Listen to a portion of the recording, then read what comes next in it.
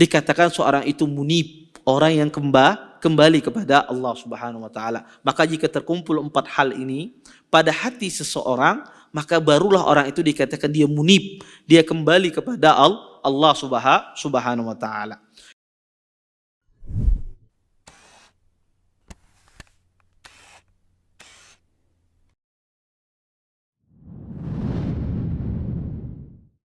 Assalamualaikum warahmatullahi wabarakatuh.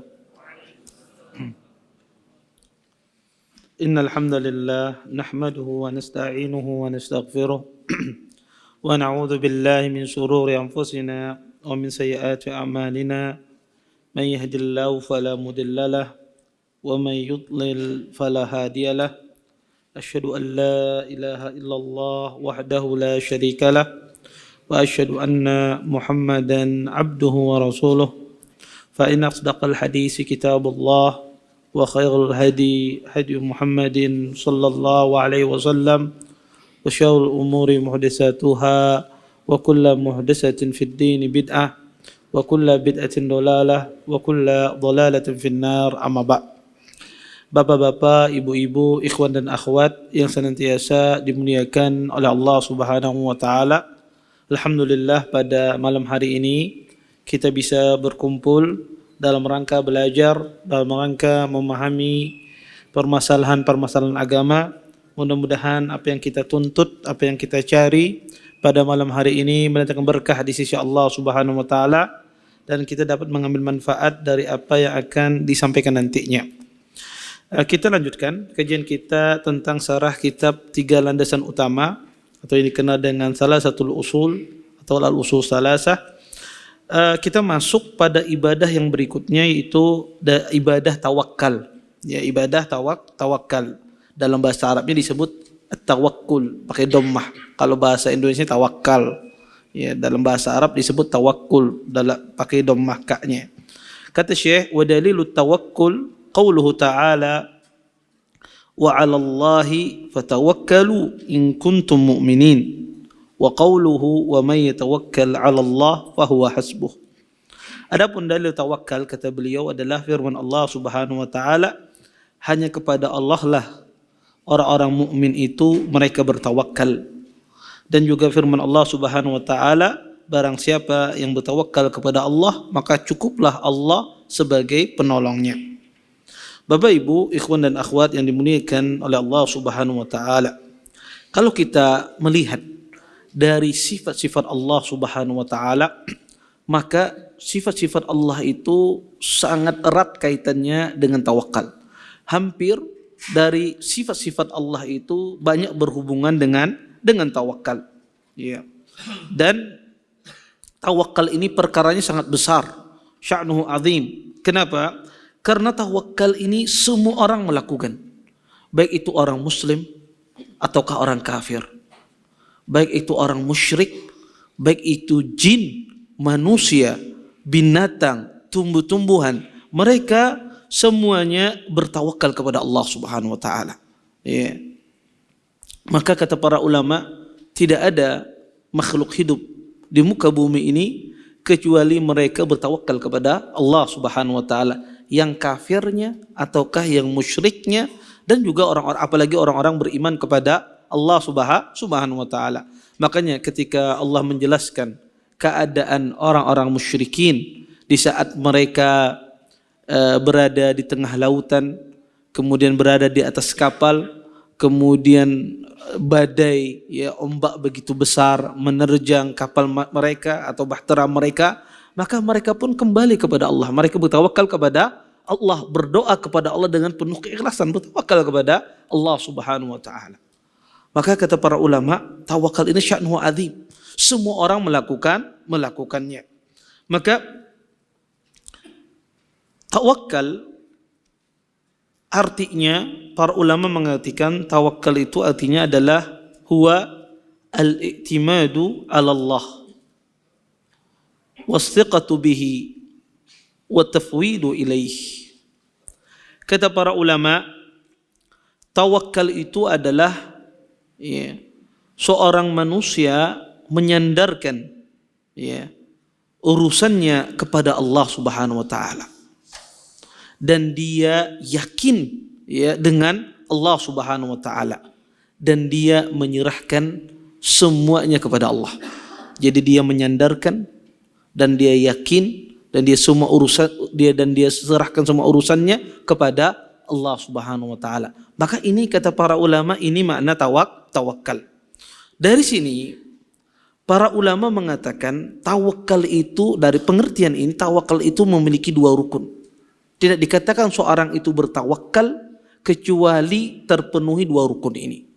Pertama, i'timadu qalbi. Hatinya bergantung kepada Allah Subhanahu wa taala. Tidak dikatakan orang itu bertawakal kepada Allah kalau hatinya tidak bergantung kepada Allah Subhanahu wa taala. Kata para ulama, Imam Ibn Qayyim rahimahullah taala, beliau menyontohkan tawakal itu seperti anak kecil dengan ibunya. Kalau Anda lihat, anak kecil itu kalau dia terpisah dengan ibunya atau dia jauh dari ibunya, maka dia gelisah. Ya, mungkin dia nangis, mungkin dia ngamuk, ya. Atau setidaknya dia tidak tenang, cemas dia. Ketika ibunya jauh darinya. Ketika anak kecil itu ditaruh ibunya, ya, di suatu tempat ditinggalkan ibunya, maka dia setidak-tidaknya minimal yang dia lakukan adalah cemas dia, gelisah dia karena tidak ada ibunya. Ya, ada yang nangis, ada yang lari, ya. Maka kata para ulama, ketika ibunya datang, ketika dia melihat ibunya, tenang dia. Dia menjadi tentram hatinya. Dan dia yakin, ya, bahwasanya ibunya, ya, akan menyayanginya, ibunya akan menjaganya. Maka kata para ulama, seperti itulah keadaan hati manusia ketika dia bertawakal kepada Allah. Seperti keadaan hati seorang anak kecil ketika dia bertemu dengan ibunya. Maka seperti itulah seharusnya keadaan hati manusia. Dan tentunya ini sekedar permisalan. Tentunya hati manusia lebih besar lagi, ya, kepada Allah Subhanahu wa taala. Maka Imam Ibn Qayyim permisalan yang sangat ajib. Beliau memisalkan tawakalnya manusia kepada Allah Subhanahu wa taala. Itu seperti kalau hati Anda tidak seperti ini, tidak seperti anak kecil semacam ini, kepada Allah Anda tidak tenang, hati Anda dengan Allah Subhanahu wa taala, maka tidak tawakal. Anda tidak percaya, ya, di hati Anda tidak ada rasa kepercaya kepada Allah, maka Anda tidak bertawakal sebetulnya kepada Allah Subhanahu wa taala. Kemudian kata para ulama, yang kedua, tawakal itu adalah melakukan sebab, ya, melakukan sebab, ya. Maka tidak dikatakan orang itu bertawakal kalau dia tidak melakukan sebab. Maka kalau seandainya dia yakin hanya sama Allah Subhanahu wa taala, kemudian tidak melakukan sebab, maka ini bukan tawakal. Kata para ulama, lakukan sebab, setelah itu tinggalkan keterkaitan hati Anda dengan sebab. Setelah Anda, kata para ulama, makanya perkataan yang sangat indah kata Ibnu Hajar, arti melakukan sebab dalam tawakal adalah seseorang melakukan sebab. Kalau sudah dia melakukan sebab untuk mendapatkan sesuatu, sudah jangan pedulikan lagi, ya, apakah berhasil atau tidak berhasil, kembalikan langsung kepada Allah Subhanahu wa taala. Saya kasih contoh. Ketika Anda ingin mencari rezeki, ya, ketika Anda mencari rezeki, Anda melakukan sebab. Anda melamar pekerjaan, ya, mengirim berkas, ya, ke sebuah lembaga, ke perusahaan, ya, atau ke institusi tertentu, ya. Ini sebab yang Anda lakukan. Anda sudah melakukan sebab tersebut, sudah. Jangan terpaut hati Anda dengan pekerjaan tersebut. Setelah itu kaitkan hati Anda dengan Allah Subhanahu wa taala. Inilah yang benar di dalam masalah tawakal. Dia melakukan sebab, setelah itu dia berputus hatinya dengan sebab tersebut. Hatinya kembali hanya kepada Allah Subhanahu wa taala. Maka kata para ulama, ini maknanya tawakal. Bukan tawakal itu seseorang mengatakan saya bertawakal kepada Allah Subhanahu wa taala kemudian dia tidak melakukan sebab. Ini juga keliru. Kemudian para ulama menjelaskan, ya, bahwasanya ada kesalahan di dalam masalah tawakal ini, ya. Dan tentu tawakal ini banyak sekali ayat berbicara tentang masalah tawakal. Iya. Makanya di antara pendalilan Syekh di dalam ayat ini adalah wa 'alallahi fatawakkalu in kuntum mu'minin. Bahkan Allah jadikan syarat iman dengan tawakal. Ya, sebagian ulama menjadikan ayat ini bahwasanya syarat iman, syarat dikatakan orang-orang itu beriman, dia bertawakal kepada Allah Subhanahu wa taala. Makanya disebutkan oleh para ulama tawakal itu nisfuddin, separuh agama. Kenapa? Karena agama itu terdiri dari dua hal, beribadah dan bertawakal. Maka separuhnya itu adalah tawakal. Makanya Allah katakan iyyaka na'bud wa iyyaka nasta'in. Ya Allah, kepadamu lah kami menyembah dan kepadamu lah ya Allah kami minta tolong. Maka di antara dalil tawakal itu adalah wa 'alallahi fatawakkalu in kuntum mu'minin. Dan bertawakallah kalian kepada Allah jika kalian benar-benar beriman. Artinya di antara ciri orang beriman mereka adalah bertawakal kepada Allah Subhanahu wa taala. Bahkan Allah jadikan dalam hadis Nabi sallallahu alaihi wasallam disebutkan bahwasanya di antara orang-orang yang masuk surga tanpa hisab, di antara ciri mereka adalah mereka bertawakal kepada Allah Subhanahu wa taala. Kata Nabi sallallahu alaihi wasallam, humul ladzina la yastarqun wa la yaqtawun wa la yatatayyarun wa 'ala rabbihim yatawakkalun. Mereka lah yang tidak meminta ruqyah, tidak mengobati luka penyakit dengan besi panas, dan mereka tidak tatayyur, tidak mengaitkan sesuatu hal dengan perkara entah itu binatang ataupun yang lainnya. Kemudian dan mereka bertawakal kepada Allah Subhanahu wa taala. Maka di sini disebutkan sifat mereka adalah di antaranya bertawakal kepada Allah Subhanahu wa taala. Para ulama menjelaskan ada kesalahan seseorang di dalam masalah tawakal ini. Apa itu? Pertama, tawakal yang syirki, tawakal syirik. Ya. Tawakal syirik itu adalah seseorang bertawakal kepada suatu orang sedangkan dia tidak mampu melakukannya. Anda bertawakal kepada seseorang padahal dia tidak mampu melakukannya. Yang hanya bisa melakukan itu hanyalah Allah Subhanahu wa taala. Ya. Anda bertawakal kepada orang, tolong tahan hujan, maka tidak bisa. Ini adalah tawakal syirik. Iya. Maka yang hanya mampu melakukannya hanyalah Allah Subhanahu wa taala. Kemudian kesalahan kedua, orang menganggap tawakal ini bukan bagian dari ibadah. Banyak orang itu menganggap dia berpasrah, menyandarkan diri urusannya kepada Allah, ini bukan bagian dari ibadah. Ini keliru. Karena tawakal itu adalah ibadah hati, letaknya di hati. Iya. Dan dia mempunyai efek pada anggota badan kita dengan melakukan usaha. Maka keliru orang kalau memahami tawakal itu adalah sesuatu kebiasaan, sesuatu rutinitas, bukan ibadah. Ini keliru, pemahaman yang menyimpang.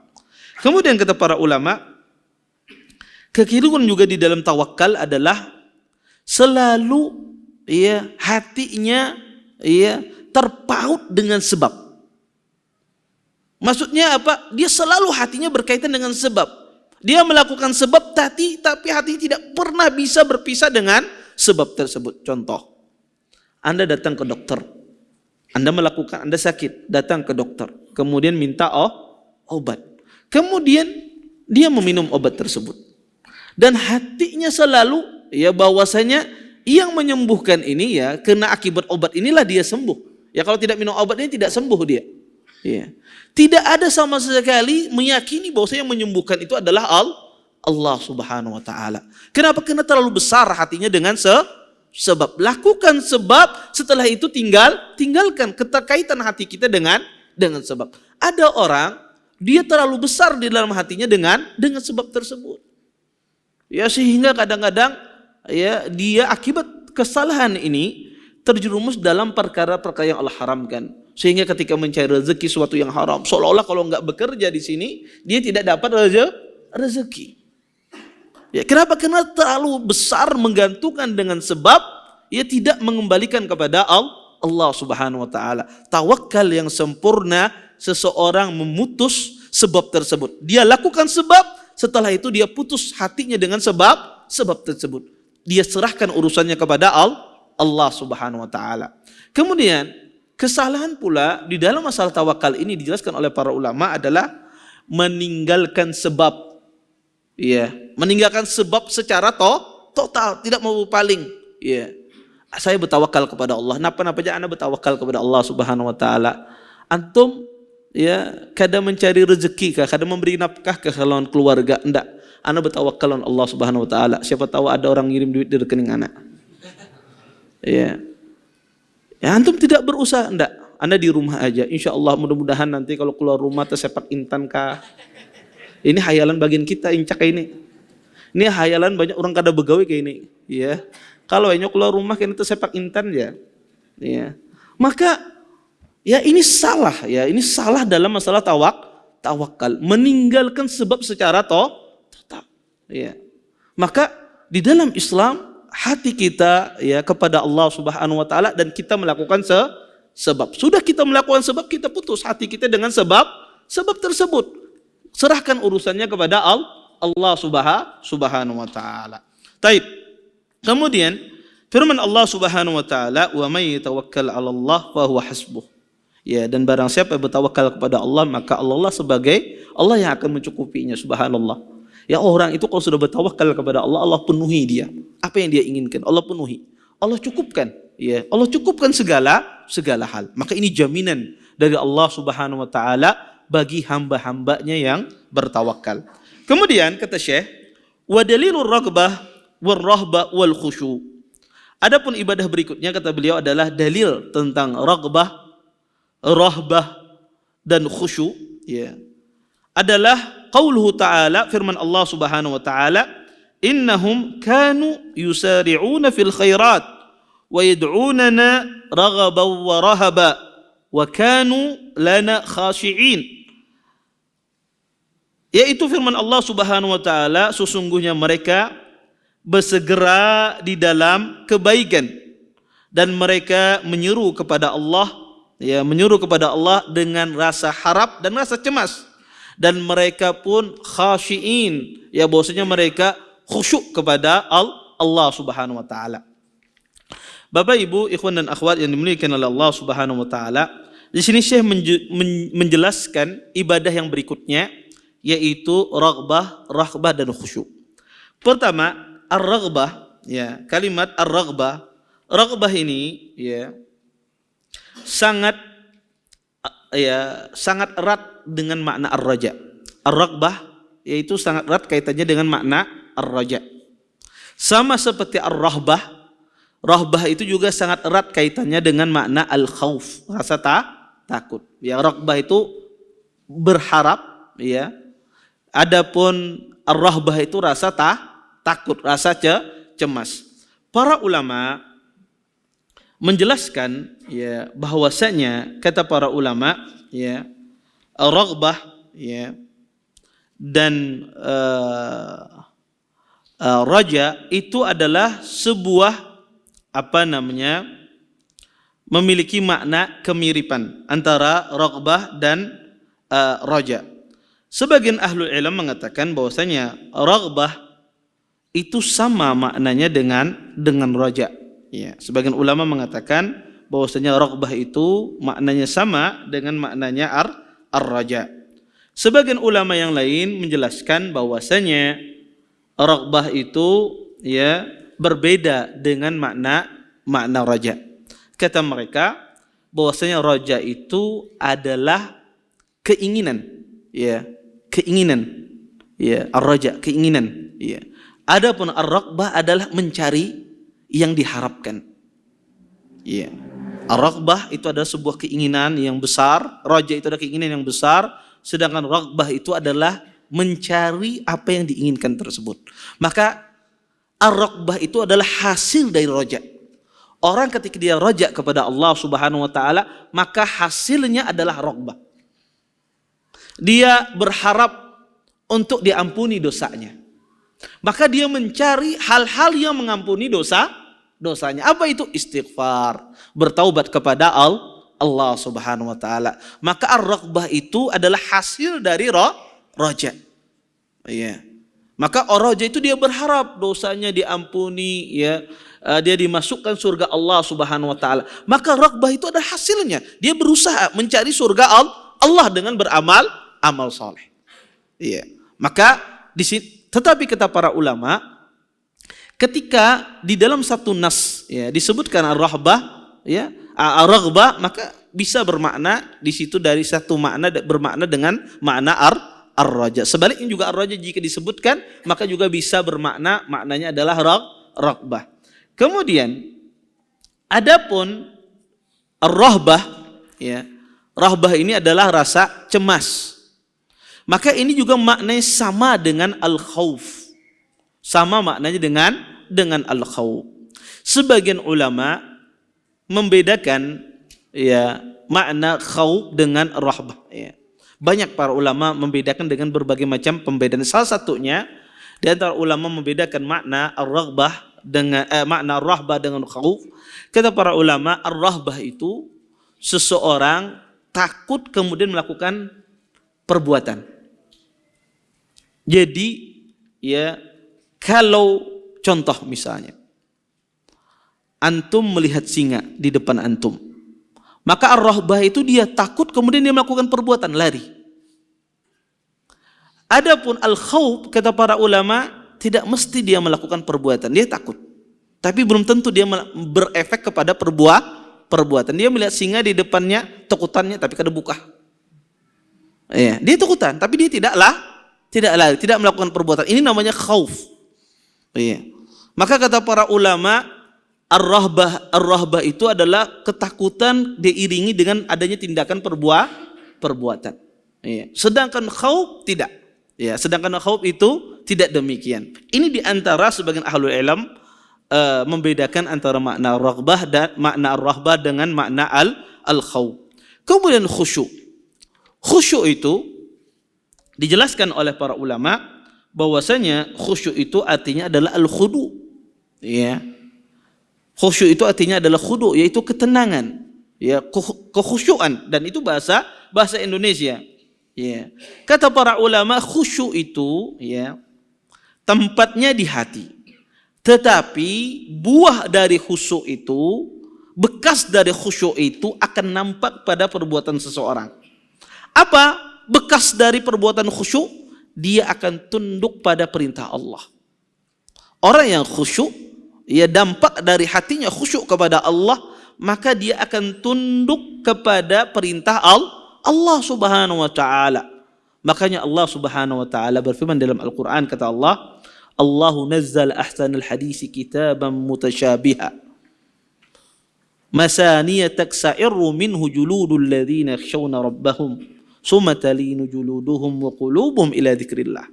Sesungguhnya Allah Subhanahu wa taala menurunkan di dalam Al-Quran itu perkataan yang semisal dan berulang-ulang. Maka taksyairu minhu juludul ladzina yakhshawna rabbahum. Maka bergetar, ya, kulit, ya, orang-orang yang takut kepada Tuhan mereka.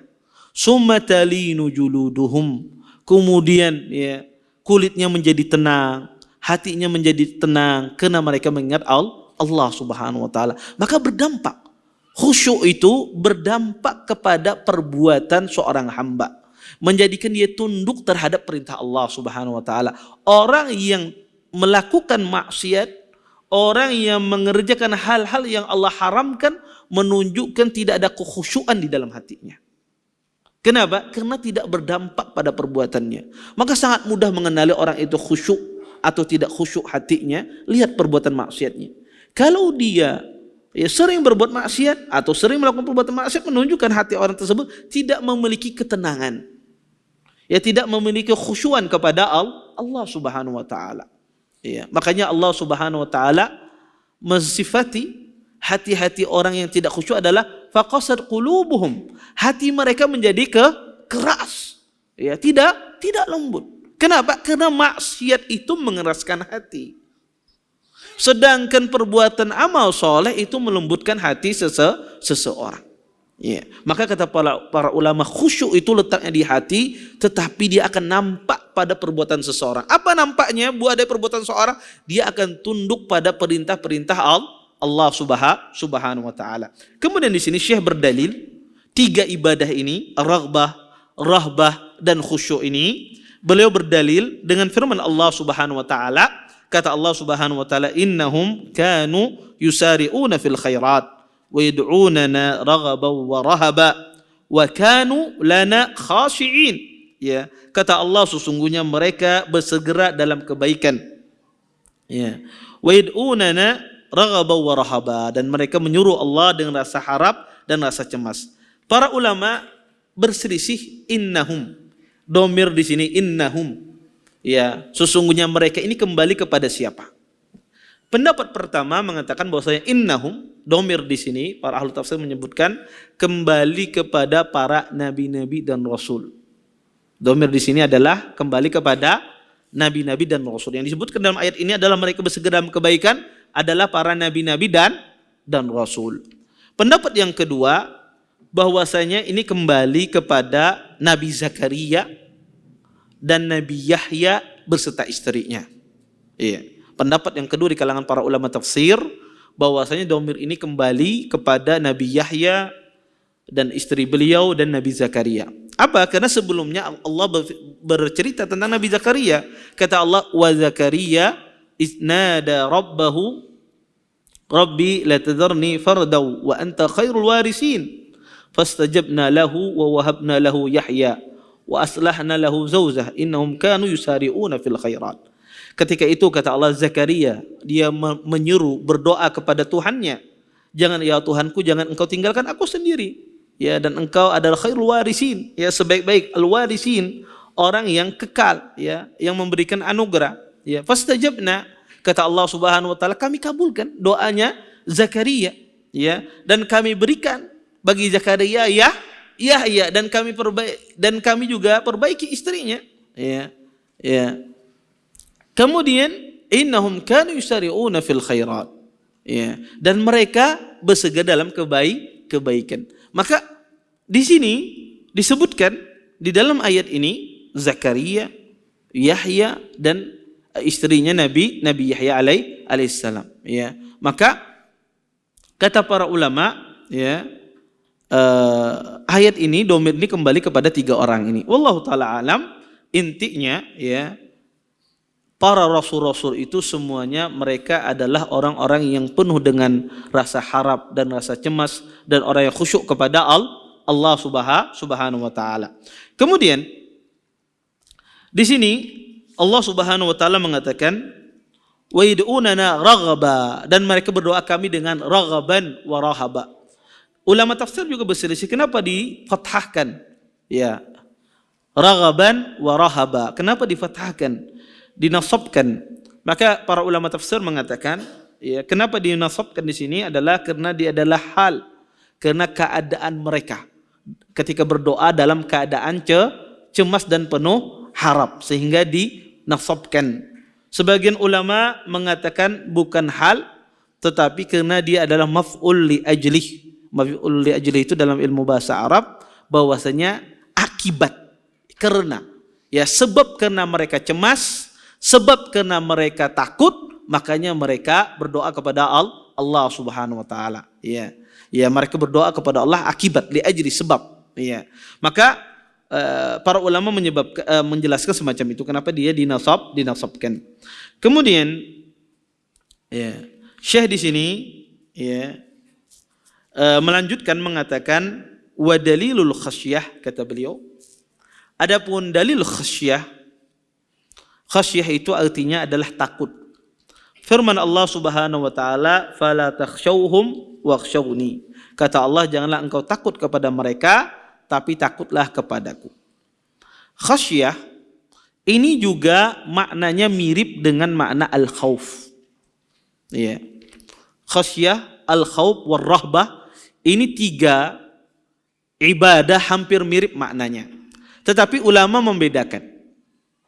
Al-khasyah, kata para ulama, khasyah itu adalah seorang yang takut kepada Allah dibarengi dengan ilmu. Ya, dibarengi dengan ilmu dan pengagungan. Ini khasyah. Jadi dia takut kepada Allah Subhanahu wa taala, seorang takut tetapi dibarengi dengan ilmu dan pengagungan. Ya, maka tentu berbeda Ada orang sekedar takut. Contoh misalnya, ada orang sekedar takut. Saya takut kepada Allah. Sekedar takut, tapi tidak dibarengi dengan ilmu. Tidak dibarengi dengan pengagungan. Berbeda dengan orang yang belajar. Orang menuntut ilmu syar'i, dia membaca sifat Allah. Allah itu al-ghadab, Allah itu maha marah, ya. Murka, siksa Allah sangat pedih. Ya, azab Allah sangat pedih. Ya. Berbeda takutnya orang ini dengan orang yang di awal tadi. Orang ini takutnya betul-betul karena ma'rifah. Karena dia mengetahui bahwa siksa Allah itu sangat pedih. Dia mengetahui neraka Allah itu luar biasa siksanya. Dan dia di dalam hatinya ada pengagungan yang sangat besar di sisi Allah Subhanahu wa taala. Berbeda dengan orang sekedar takut biasa. Ya. Contoh ya, seorang dokter misalnya, dia akan mengetahui penyakit ini misalnya, penyakit mah kronis. Ya. Dia tahu bahwasanya mah kronis itu berbahaya. Ya. Seorang dokter dia akan mengetahui lebih detail ya. Paham betul dia ini bahwasanya ini sangat berbahaya. Berbeda dengan keadaan seorang pasien. Dia tahu itu berbahaya, takut dia. Tapi tidak setakut seorang yang lebih mengerti. Maka khosyah ini demikian.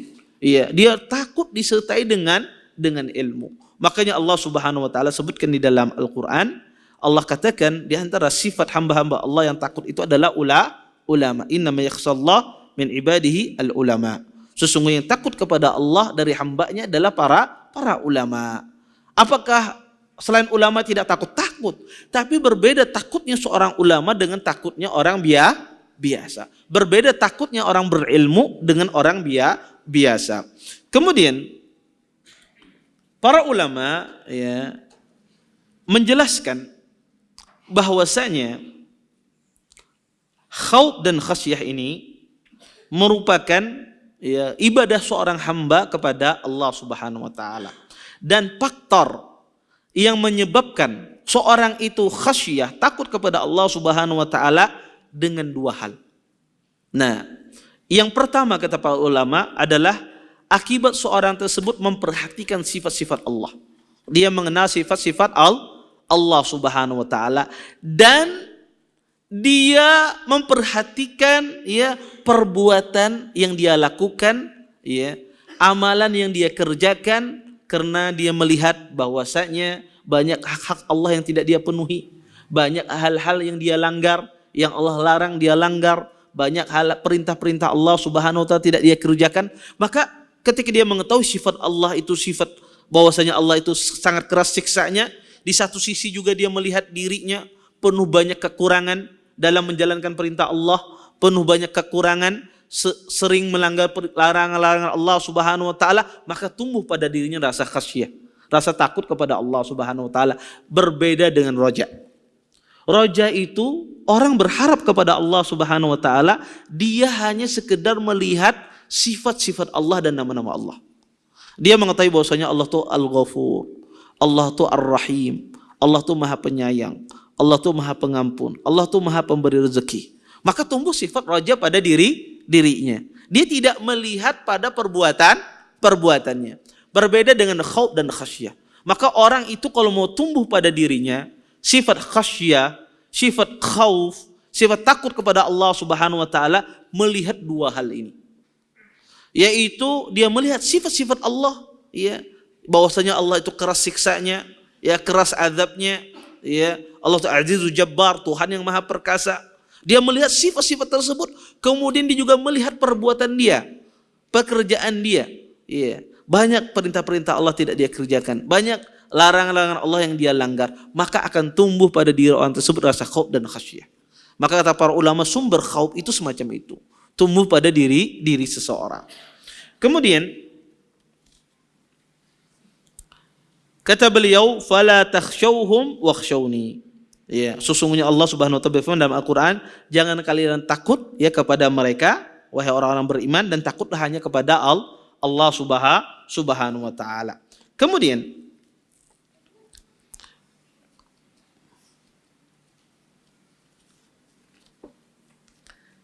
di sini Syekh menjelaskan ibadah yang berikutnya adalah wadalilul inabah. Kata Syekh, adapun ibadah yang berikutnya adalah al-inabah. Inabah itu artinya kembali.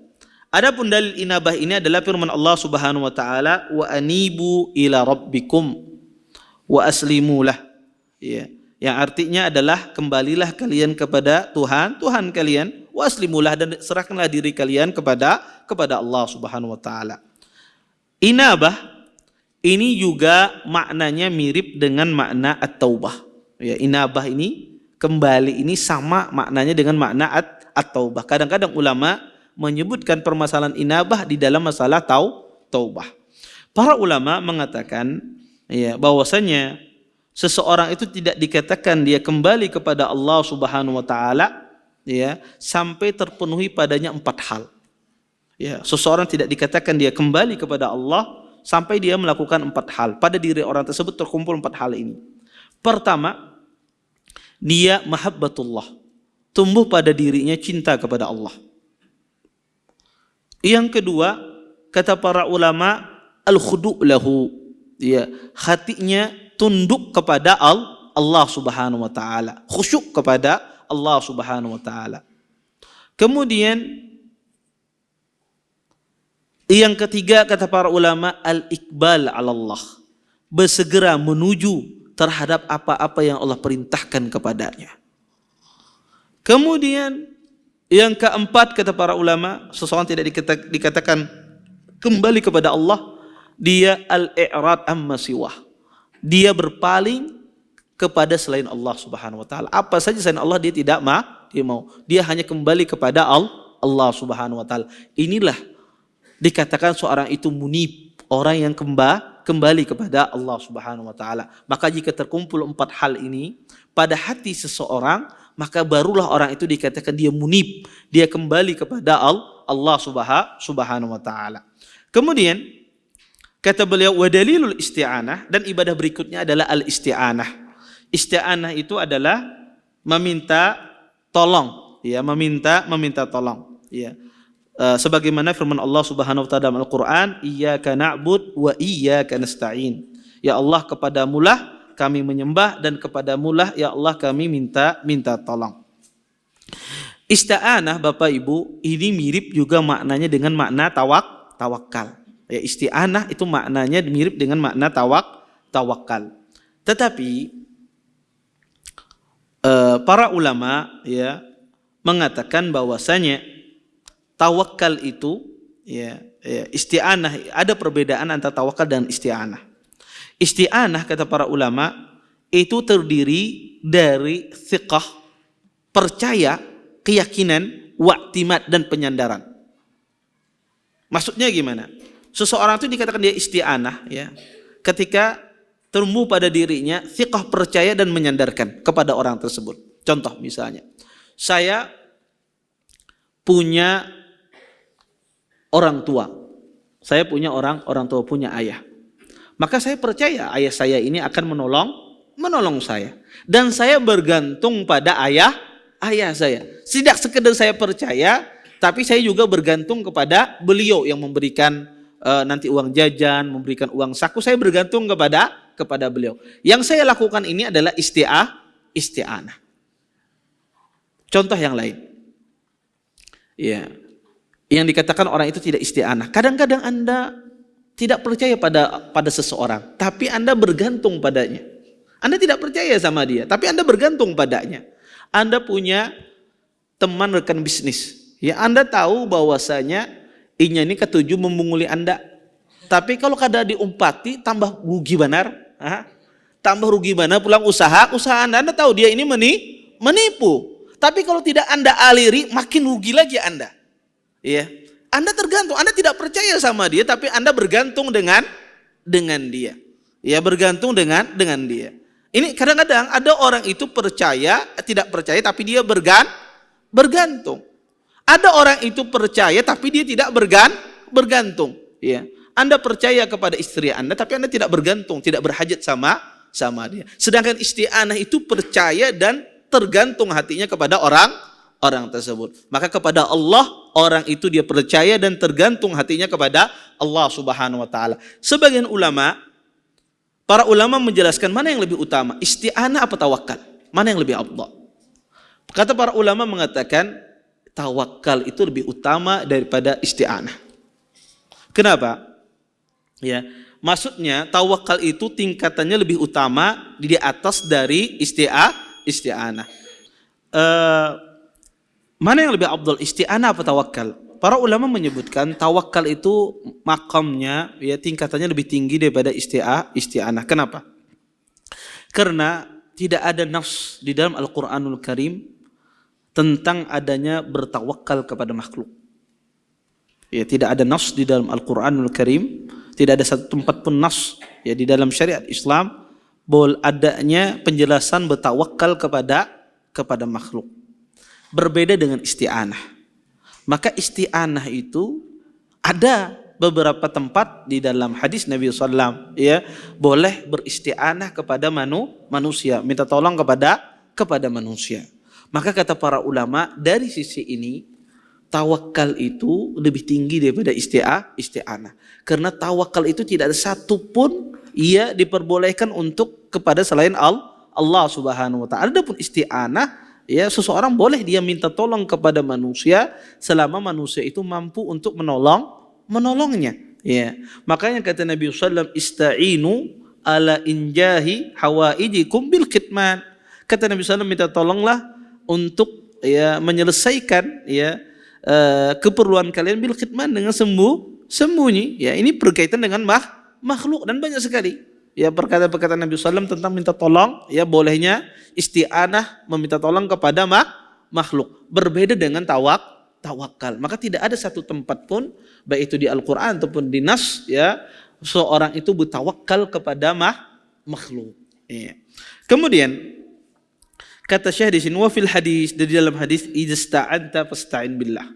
Jika kalian minta tolong, maka minta tolonglah sama Allah Subhanahu wa taala. Maka seorang muslim, ya, senantiasa dia selalu meminta tolong kepada Allah Subhanahu wa taala, khususnya di dalam masalah ibadah. Karena kita ini Bapak Ibu malas beribadah, salah satu sebabnya adalah kita ini jarang meminta tolong kepada Allah. Kadang kita tahu fadilah sholat tahajud, fadilah sholat malam, fadilah bersedekah misalnya, fadilah berzikir, fadilah membaca Al-Quran, kita tahu kita. Tapi kita tidak tergerak untuk melakukan hal itu semua. Apa sebabnya? Salah satu sebabnya adalah tidak meminta tolong kepada Allah untuk beribadah kepadanya. Ya, ini kesalahan terbesar, orang melupakan di dalam doanya meminta tolong kepada Allah untuk beribadah kepada Allah Subhanahu wa taala. Kemudian kita ambil satu ibadah lagi, wa dalilul isti'adzah. Adapun dalil tentang isti'adzah, beliau menyebutkan ibadah isti'adzah. Isti'adzah itu artinya adalah meminta perlindungan kepada Allah Subhanahu wa taala dari kejelekan, ya, dari kejelekan yang akan menimpanya. Ya, adalah firman Allah Subhanahu wa taala, qul a'udzu birabbil falaq. Ya, ya Allah, aku berlindung kepada Tuhan yang menguasai al-falaq. Al-falaq ini sebagian ulama tafsir mengartikan adalah waktu subuh, ya, subuh, ya. Falak ini diartikan menguasai subuh, ya. Sebagian ulama tafsir mengartikan al-falaq ini semua makhluk. Semua makhluk. Sebagian lagi mengartikan al-falaq ini adalah sebuah lembah di neraka jahanam. Ya, di neraka. Tetapi kebanyakan ulama tafsir mengartikan al-falaq di sini adalah artinya subuh, ya. Wa qul a'udzu birabbin nas, dan aku berlindung kepada Allah, dan aku berlindung, ya, dengan Tuhan manusia, ya. Dia berlindung dari kejelekan dengan Allah Subhanahu wa taala, Tuhan semua manusia. Di sini para ulama, ya, menjelaskan, ya, seorang muslim dia harus beristi'adzah, ya, meminta perlindungan kepada Allah Subhanahu wa taala dari bahaya yang menimpanya. Taib. Apakah boleh seorang itu beristi'adzah meminta perlindungan, ya, kepada makhluk? Boleh enggak seorang itu beristi'adzah dia meminta perlindungan kepada makhluk? Maka jawabannya adalah para ulama merinci. Pertama, kata para ulama, al-isti'adzah itu kalau dilihat itu dia memiliki dua sisi. Sisi yang zahir, yang nampak, dan sisi batin, sisi yang tersembunyi. Adapun sisi yang tersembunyi di dalam hati, isti'adzah itu tidak boleh kecuali hatinya hanya untuk Allah. Dia meminta perlindungan hanya untuk Allah Subhanahu dalam hatinya. Adapun al-batin, ya, al-zahir yang nampak, maka ini adalah boleh seseorang, ya, boleh dia seseorang meminta perlindungan kepada orang lain. Ya, dia meminta perlindungan kepada orang lain, kepada makhluk, selama makhluk itu mampu untuk melakukannya. Ya, selama makhluk itu mampu untuk melakukannya. Dan ini banyak. Di antaranya adalah cerita wanita Makhzumiyah, wanita yang mencuri.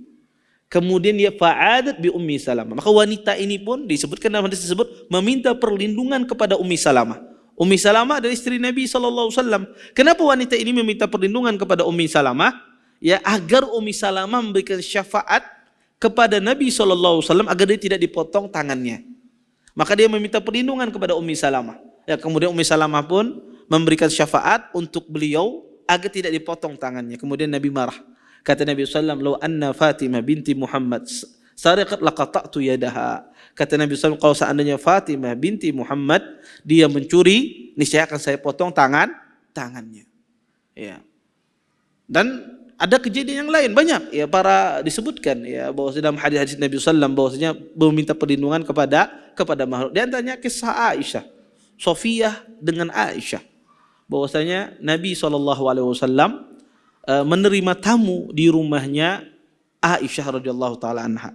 Kemudian Sofiyah mengutus seseorang untuk memberikan makanan, ya, pembantu, ya, untuk memberikan makanan karena ada tamu di rumahnya Aisyah. Maka Sofiyah memberikan, ya, makanan, dikirim ke seorang pembantu, seorang utusan, dibawakan ke hadapan Nabi SAW dengan tamunya.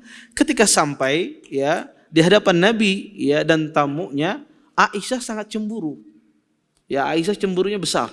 Ya, beliau sangat cemburu. Ya, dan seperti itulah kaum wanita, ya, cemburu dengan madunya. Maka Aisyah cemburu. Begitu besar cemburu Aisyah, dipukul tangan pembantu itu ketika ingin mengasihkan mangkok yang berisi makanan tersebut ke tamu. Ketika mau disajikan langsung dipukul oleh Aisyah dari balik hijab. Akhirnya pecah. Ya, akhirnya pecah. Maka Nabi pun marah. Muka Nabi pun marah, ya. Aisyah ketika melihat, ya, muka Nabi SAW, ya, begitu marah, Aisyah takut, ya. Maka Aisyah ini sangat cerdas. Kata Aisyah radhiyallahu taala anha, kata beliau, "A'udzu bi Rasulillah ayal anani al-yaum." Kata Aisyah, aku berlindung kepada Rasulullah yang akan melaknatku pada hari ini, agar tidak melaknat. Ya, aku berlindung kepada Nabi SAW, ya, agar tidak melaknatku hari ini, kata Aisyah radhiyallahu taala anha. Kemudian Nabi pun mengatakan dengan perkataan yang indah, "Gharrat ummukum." Kata Nabi SAW kepada tamunya, sesungguhnya ibunda kalian lagi cemburu. Maka jangan marah, itu ibunda kalian. Ya, perkataan yang sangat indah. Tetapi Nabi tidak membiarkan kesalahan begitu saja yang dilakukan oleh Aisyah. Kata Nabi SAW, "Ina'un bi ina, ta'amun bi ta'am." Kata Nabi SAW, bejana dengan bejana ganti wahai Aisyah. Bejana dengan bejana, makanan dengan makanannya. Disuruh oleh Nabi SAW, Aisyah, ya, mengganti, ya, bejana dengan makanannya. Ya. Syahidnya di dalam hadis ini, Aisyah berlindung dengan Nabi SAW, meminta perlindungan agar tidak dilaknat, karena Nabi mampu untuk tidak melaknat Aisyah radhiyallahu taala anha. Ya, maka kata para ulama, boleh seseorang itu meminta perlindungan kepada manusia selama dia mampu untuk melakukannya. Itu secara zahir yang nampak, tetapi batinnya dalam hatinya tentu dia hanya meminta perlindungan kepada Allah Subhanahu wa taala. Mungkin ini saja yang dapat ulun sampaikan, mudah-mudahan bermanfaat. Kalau ada pertanyaan silahkan. Wah, ini panjang pertanyaannya. Taib. Kalau ada yang angkat tangan enggak apa-apa. Iya. Taib. Di hadis Nabi SAW disebutkan umat beliau yang masuk surga tanpa hisab adalah mereka yang tidak meminta diruqyah, tidak berobat dengan kai, tidak melakukan tatayur. Bagaimana orang yang melakukan ruqyah syar'iyah, apakah tidak akan termasuk golongan umat di atas? Pertama, ya, orang yang dia tidak meminta ruqyah tapi diruqyah, maka dia tetap insya Allah mendapatkan keutamaan tersebut. Karena disebutkan di sini adalah yastarqun, yang meminta ruqyah datang kepada peruqyah, kemudian dia minta tolong ruqyah saya. Adapun orang lain menawarkan diri untuknya, misalnya orang tuanya, "Ikam, aku bawa ke tukang ruqyah nak ya, biar diruqyah." Kemudian dia mengatakan iya. Maka ini dia tidak meminta ruqyah. Atau orang lain datang, ada ustadz misalnya datang kemudian meruqyah dia, maka ini dia tidak meminta ruqyah. Meminta ruqyah itu dia datang kepada yang meruqyah, maka kemudian diruqyah. Dan subhanallah ya, sebagus-bagus ruqyah itu adalah orang meruqyah dirinya sendiri. Ya. Tetapi masalahnya sebagian orang yang kena gangguan atau kena penyakit tidak pede pada dirinya, itu permasalahannya. Kadang dia tidak percaya. Sebetulnya kalau semakin dia yakin kepada Allah, maka itu semakin bagus. Kalau seandainya dia tidak mampu meruqyah, maka sebaik-baik orang meruqyah adalah orang tuanya, itu ibunya. Ya, ibunya meruqyah. Kenapa? Karena ibu itu orang yang paling ikhlas. Ya, karena orang ruqyah itu sangat erat kaitannya dengan keikhlasan kepada Allah Subhanahu wa taala. Maka ibu itu adalah orang yang paling ikhlas di muka bumi, ya, ketika dia mengerawat anaknya, yang meruqyah anaknya. Maka sebetulnya ruqyahnya seorang ibu itu sangat besar, ya, itu sangat besar pukulan bagi syaitan yang ada di dalam tubuh orang tersebut, ya. Maka ya orang yang dibawa ke tukang ruqyah itu tidak meminta ruqyah dia. Bagaimana jika orang tersebut memberikan ruqyah bukan minta ruqyah? Sudah kita jawab. Bagaimana jika seorang tersebut pernah melakukan tatayyur akan tetapi dia bertaubat di sisa hidupnya, masihkah ada harapan untuk termasuk golongan umat di atas? Kalau harapan masih ada, tentu saja ya. Bisa jadi Allah dengan rahmatnya, ya, Anda tidak masuk surga tanpa hisab, ya. Bisa saja ada Allah Subhanahu wa taala menghadapki Anda masuk surga tanpa hisab, dan tentunya rahmat Allah itu sangat luas sekali, dan Allah mampu atas segala sesuatu. Taib. Semoga Allah selalu melindungi Ustadz dan keluarga, amin. Apakah ini tidak termasuk tawakal ketika seorang takut menikah karena takut memiliki keturunan, anak yang nanti akan sakit kronis juga seperti orang tuanya? Jazakumullah khair. Ini tentu suudzon, berburuk sangka kepada Allah Subhanahu wa taala. Maka seorang muslim harus dia bersunudzon, berbaik sangka kepada Allah Subhanahu wa taala. Dan Allah Subhanahu wa taala tidaklah mensyariatkan sebuah syariat kecuali itu adalah yang terbaik bagi hambanya. Maka seseorang ketika menikah, ya, dia takut misalnya menjadi nanti kronis seperti dia. Siapa tahu, ya, siapa tahu anak Anda malah menjadi dokter yang mengobati penyakit Anda, ya. Bahkan dia mungkin seorang alim yang meruqyah Anda, yang mengobati Anda. Maka seseorang harus bersunudzon. Maka ini tentu keliru, ya, hal semacam ini. Kemudian di hadis Nabi SAW disebutkan, jika sahabat Nabi bersedekah dengan setengah mud dibandingkan dengan seorang sahabat yang bersedekah emas sebesar gunung Uhud, maka tapi lebih utama sedekahnya para sahabat. Apa yang membuat mereka mempunyai derajat semulia dan setinggi itu di sisi Allah? Pertama, ya, kenapa amalan para sahabat itu mulia? Pertama, ya, mereka adalah orang yang paling kuat imannya. Ya, iman di dalam hati mereka luar biasa, tidak tertandingi dengan iman yang lainnya. Keyakinan mereka kepada Allah, ya, keyakinan mereka dalam membenarkan janji-janji Allah, maka kita tidak semisal dengan para sahabat. Kemudian yang kedua, perjuangan mereka yang luar biasa bersama Nabi SAW membela agama Islam, ya, membela agama Islam, ya. Maka ya tentu tidak ada bandingannya. Apakah ada amal-amal soleh yang bisa kita usahakan, maksimalkan untuk menggapai derajat seperti itu? Untuk seperti sahabat tentu tidak bisa, ya. Tetapi untuk mengikuti seperti mereka ini tentu ini banyak, ya. Untuk mengikuti seperti, ya, apa yang dilakukan oleh sahabat, ya, tentu bisa. Adapun kita menggapai derajat seperti derajat sahabat, ya tentu tidak, karena kita di bawah sahabat. Kata Nabi SAW, khairu qurun qarni summa alladziina yalunahum summa alladziina yalunahum. Sebaik-baik zaman adalah zamanku, kemudian orang setelahnya, kemudian setelahnya.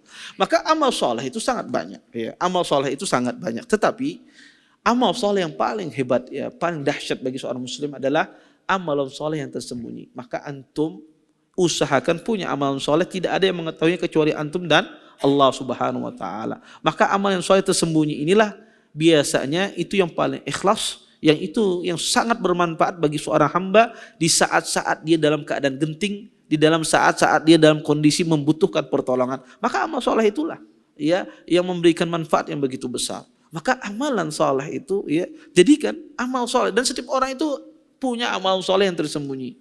Ya, bisa yang dia sembunyikan. Tidak ada yang mengetahui dia kecuali Allah Subhanahu wa taala. Dan amalan soleh yang terbesar, ya, banyak amal soleh itu yang tersembunyi itu amalan hati, dan itu banyak, ya. Yang kita sebutkan tadi hampir semuanya adalah amalan ibadah hati, ya. Maka ya jadikan ya amal ibadah hati Anda, kalau ada amal ibadah zahir ya Anda punya, maka sembunyikan di hadapan manusia, ya.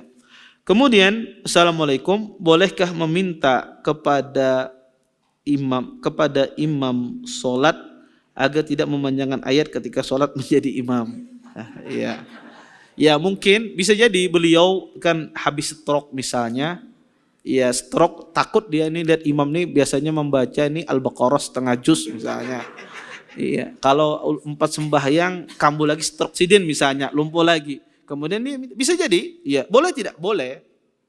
Maka seorang imam, ya kata Nabi SAW, iktadi bi'ad'afikum. Kata Nabi SAW, lihatlah orang yang lemah di antara kalian. Seorang imam dia melihat, oh ini ada yang lemah ini.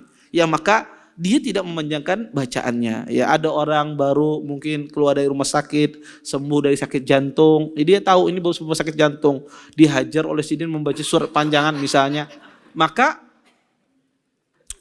lihat orang yang lemah di antara kalian. Di situ ada anak kecil menangis, ya ibunya kita mendengar nangis, maka pendekkan bacaannya. Jangan imam itu panjang bacaannya kemudian pas tuntun disariki orang tuanya. Kenapa pengen bawa anak kada bisa kan? Enggak, salah demikian.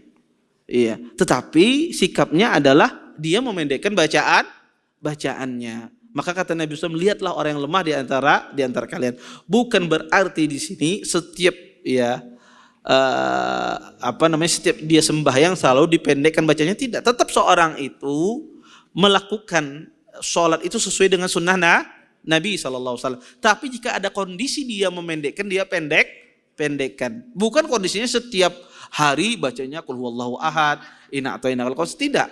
Tetapi dia tetap sholat sesuai dengan sunnah Nabi SAW. Sholat subuh itu paling panjang di antara semua sholat yang ada.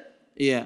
Tetap dia baca, tapi ketika ada suatu kondisi yang mengharuskan dia memendekkan, dia pendekkan. Taib. Bismillah, bagaimana menyeimbangkan mencari nafkah dan menuntut ilmu, Ustaz? Barakallahu fiik. Maka subhanallah ya, mencari ilmu itu sangat luas waktunya. Ya, 24 jam waktu kita dalam sehari, ya.